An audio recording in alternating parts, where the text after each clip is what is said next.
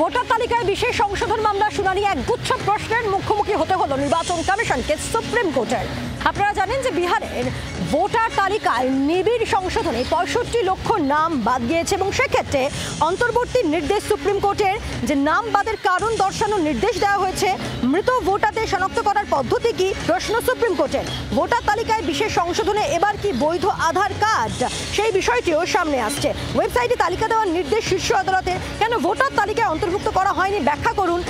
মন্তব্য সুপ্রিম কোর্টের। নির্বাচন কমিশনকে অন্তর্বর্তী নির্দেশ সুপ্রিম কোর্টের। নাম বাদে তালিকায় বিডিও অফিসে ঝোলানোর নির্দেশও দেওয়া হয়েছে। আধার কার্ডের অনুলিপি দিয়ে অন্তর্ভুক্তির দাবি করতে পারেন।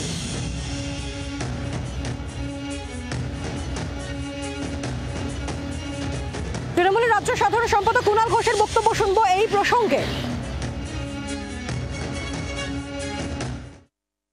দেশের মানুষের উদ্বেগ, যাদের শিকড় নিয়ে টান দিচ্ছে কেন্দ্রীয় সরকার এবং বিজেপি, তাদের উদ্বেগ যদি সুপ্রিম কোর্টের পর্যবেক্ষণে প্রতিফলিত হয়, তাহলে তো গণতন্ত্র সুরক্ষিত থাকার একটা ইঙ্গিত থাকে।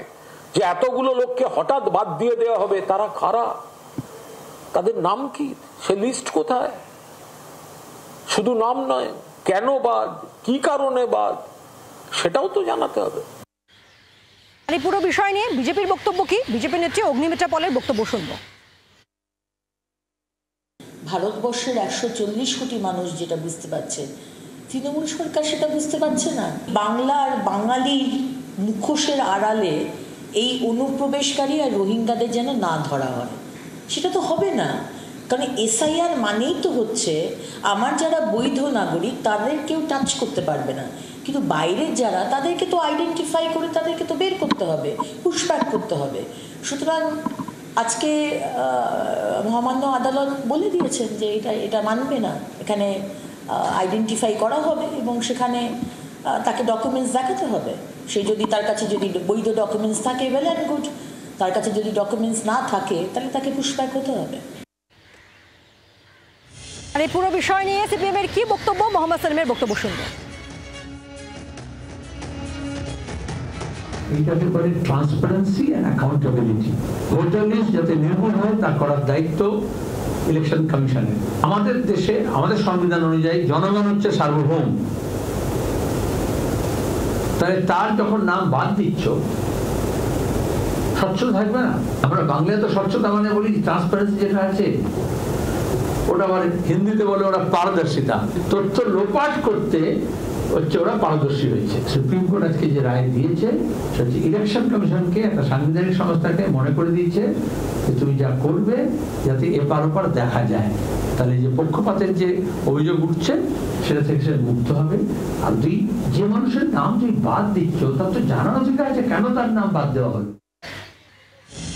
সুপ্রিম কোর্টের পর্যবেক্ষণ নির্দেশ জানিয়ে অবসরপ্রাপ্ত বিচারপতি অশোক গাঙ্গুলির বক্তব্য শুনব। শীর্ষ আদালত এসআইআর যেভাবে বাদ দিচ্ছেন ইলেকশন কমিশন, সেটাকে চূড়ান্ত হিসেবে মানছেন না।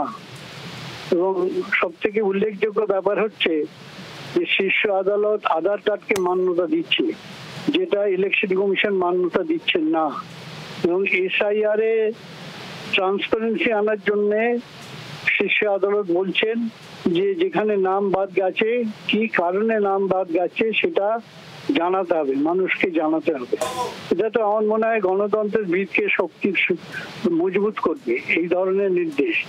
এই ধরনের নির্দেশকে প্রতিটি মানুষই, গণতন্ত্রপ্রেমী মানুষই স্বাগত জানাবে। পুরো বিষয় নিয়ে রাজনৈতিক বিশ্লেষক শুভপল মৈত্র তার বক্তব্য শুনুন। আমাদের দেশের যে উচ্চতম ন্যায়ালয় এবং সেখানে আমাদের যে মাননীয় বিচারপতিটা আছেন, তারা ভারতের সংসদীয় গণতন্ত্রের প্রতি শ্রদ্ধাশীল এবং তারা চাইবেন যে ভারতবর্ষের প্রতিটি মানুষ, আমাদের দেশে তো একটি ভোট, অত্যন্ত ধনী মানুষ এবং অত্যন্ত দরিদ্র মানুষ, অত্যন্ত এগিয়ে থাকা মানুষ, অত্যন্ত পিছিয়ে থাকা মানুষ, সবাই এই একটা জায়গাতে তো সমান, যেখানে তাদের প্রত্যেকের ভোটের যে দাম সেই দামটি একই।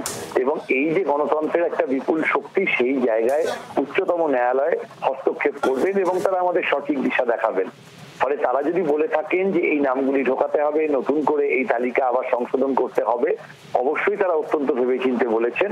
এবং আমাদের নির্বাচন কমিশন একটা এত বড় গণতন্ত্র তারা চালাচ্ছেন, 100 কোটি প্রায় ভোটারের কাছাকাছি, আমার মনে হয় তারাও সেটা শুনবেন। তবে এই গোটা জিনিসটির যে রাজনৈতিক যে ইম্প্যাক্ট, যে সেই বিষয়টিও খুব গুরুত্বপূর্ণ হবে, কারণ এই মানুষের নাম ভোটার তালিকায় আসা আমার মনে হয় একটা সঠিক গণতন্ত্রের অনুশীলন হচ্ছে ভারতবর্ষে। বাংলার আওয়াজ, বাঙালির আবেগ, জি 24 ঘন্টা।